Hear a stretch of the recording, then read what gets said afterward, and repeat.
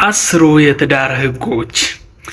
አንደኛ፣ ትዳራችሁን ከሌሎች ትዳሮች ጋር አታወዳድሩ፣ ትልቅ የሆነ ደስታ ታጣላችሁ።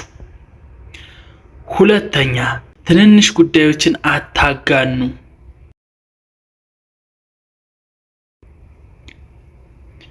ሶስተኛ፣ የቤት ውስጥ ኃላፊነቶችን መካፈል ያስፈልጋል፣ በተለይ ልጆች እቤት ውስጥ ካሉ።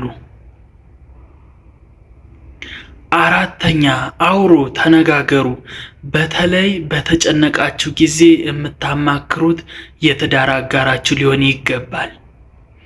አምስተኛ፣ አታኩርፉ፣ ትንንሽ ነገሮችን አታጋኑ። ኩርፊያ የደስታ ሌባ ነው። ስድስተኛ፣ በአንድነት እደጉ፣ የጋራ እድገት ትዳርን ያቆማል። ለብቻችሁ ማደግ አቁሙ። ሰባተኛ፣ ከውጪ ከሚመጡ አሉታዊ ነገሮች ራሳችሁን ጠብቁ። የሰው ወሬ በፍጹም አትስሙ።